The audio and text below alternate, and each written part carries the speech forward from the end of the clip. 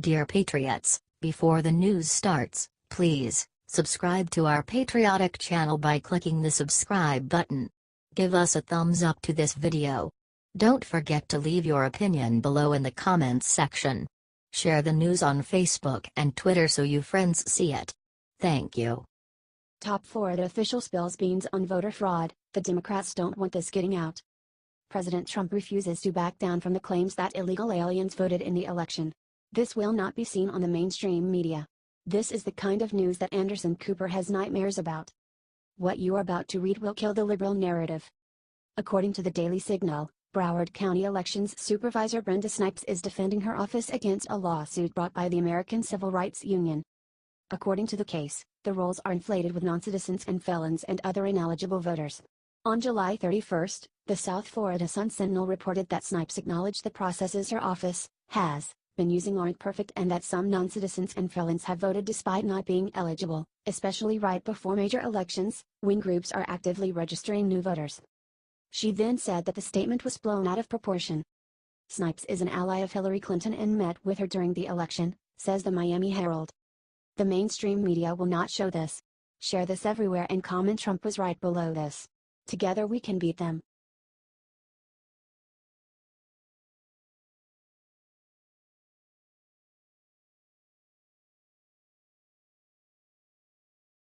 New report on Leftwing SPLC shows exactly where their money is going. And it's wicked. Some new revelations are plaguing leftists' favorite hate-spouting charity, the Southern Poverty Law Center. New records being released show that the tax-exempt charity is funneling millions of dollars to offshore bank accounts, according to the Washington Free Beacon. In 2015, the SPLC received $50 million in donations and had $320 million in net assets. Its business income tax return from 2015 also shows that the center has financial interests in Bermuda, the Cayman Islands, and British Virgin Islands. In 2015, SPLC sent $2,200,000 to an entity incorporated in the Cayman Islands.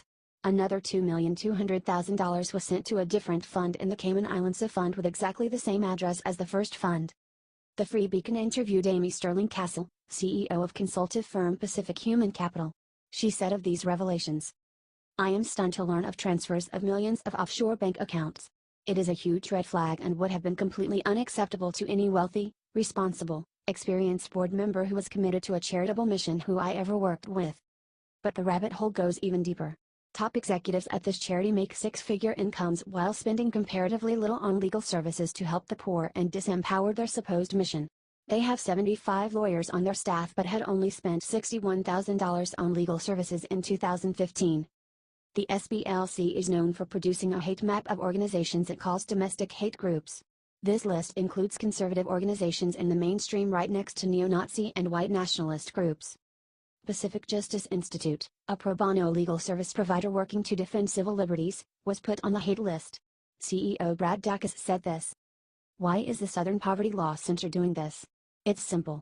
They want to vilify and isolate anyone that doesn't agree with their very extremist leftist policy and ideology. This isn't about defending civil rights, this is about attacking civil rights. The SPLC seems like a corrupt organization, yet leftists keep legitimizing it by donating money and airtime. Let's spread the word of who they really are by sharing this post 10,000 times. HT Washington Free Beacon.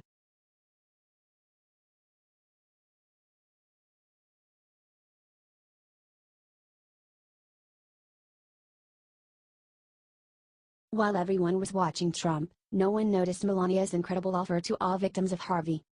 President Trump and Melania went to Texas on Tuesday to check out the damage from Hurricane Harvey and offer words of support and encouragement to the victims of the storm.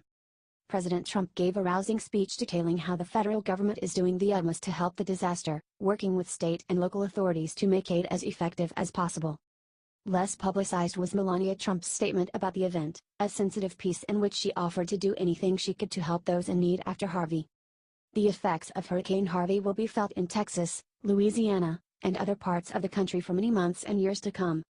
So far, 1.7 million people are under orders to evacuate their homes, and, as the floodwater in Houston rises, sadly, so will the number of evacuees. I want to be able to offer my help and support in the most productive way possible, not through just words, but also action.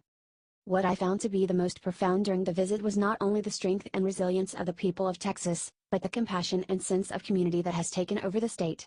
My thoughts and prayers continue to be with the people of Texas and Louisiana. The media must have written 10,000 stories about the shoes Melania wore on her way to Texas, but seems not care as much about her beautiful words of support and compassion to those in need. Let's combat the haters and spread her message far and wide. H.T. Washington Examiner.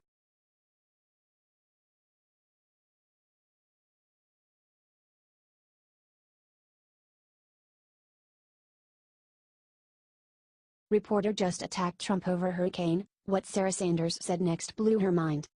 President Donald Trump is joining a list of celebrities that have pledged to donate money to Hurricane Harvey. White House press secretary announced it today during the press briefing. I'm happy to tell you that he has said he would like to join in effort, Sanders told reporters. He will pledge proudly $1 million of his own personal money to help the people in Texas. Reporters then asked if the money would come from the Trump Foundation or the Trump Organization. Sanders said he is personally going to give the money, adding, I don't know the legal part of that exactly. He said his personal money. She then told the reporters that Trump wanted the journalists in this room because you are very good at research and are doing a lot of reporting to tell the president which organizations would be best to give money to you. That's how our president does it. He is shutting down the haters. Share this if you think it's time to make this country great again. Say a prayer for Texas below and get this article out there.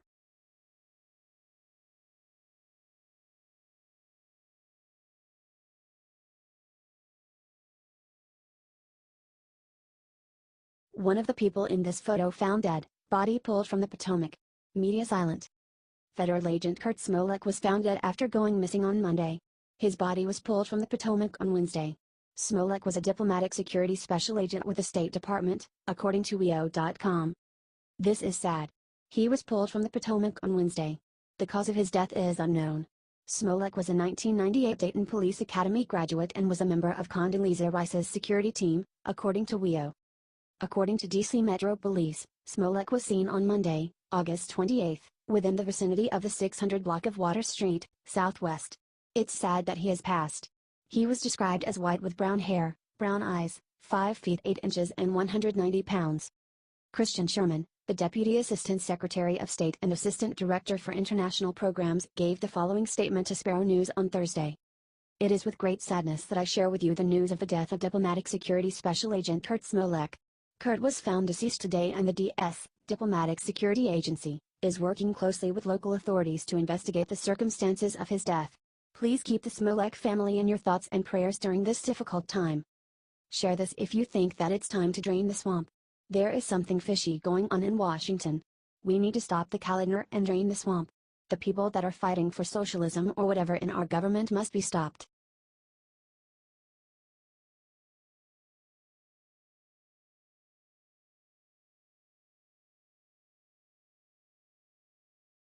This morning Trump said the one thing that Comey and Hillary didn't want getting out. President Trump slammed the rigged system following the twisted reports that former FBI Director James Comey began drafting an exoneration statement for Hillary Clinton before he had ever interviewed her, says Fox News. This is the scandal of the century. Where is the lying media? Where are they? They covered every play-by-play of the Russian conspiracy theory against Trump, but they haven't touched this one at all. The president is talking specifically about the allegations made yesterday by Senate Judiciary Committee Chairman Chuck Grassley and Senator Lindsey Graham. We covered that yesterday. You can read more on that by clicking the link here. Here is what Tucker Carlson had to say about the issue. Conclusion first, fact-gathering second, that's no way to run an investigation, Chuck Grassley and Graham wrote in a letter this week to the FBI. The FBI should be held to a higher standard than that, especially in a matter of such great public interest and controversy. According to the unredacted portions of the transcripts, it appears that in April or early May of 2016, Mr. Comey had already decided he would issue a statement exonerating Secretary Clinton, the senators said. This is the scandal of the century and needs to be reported as such. The entire cabal is covering up this story. It won't get traction on Facebook, it won't get traction on CNN or most cable for that matter. It's up to us to literally share this everywhere and bring down the crime syndicate that runs our government.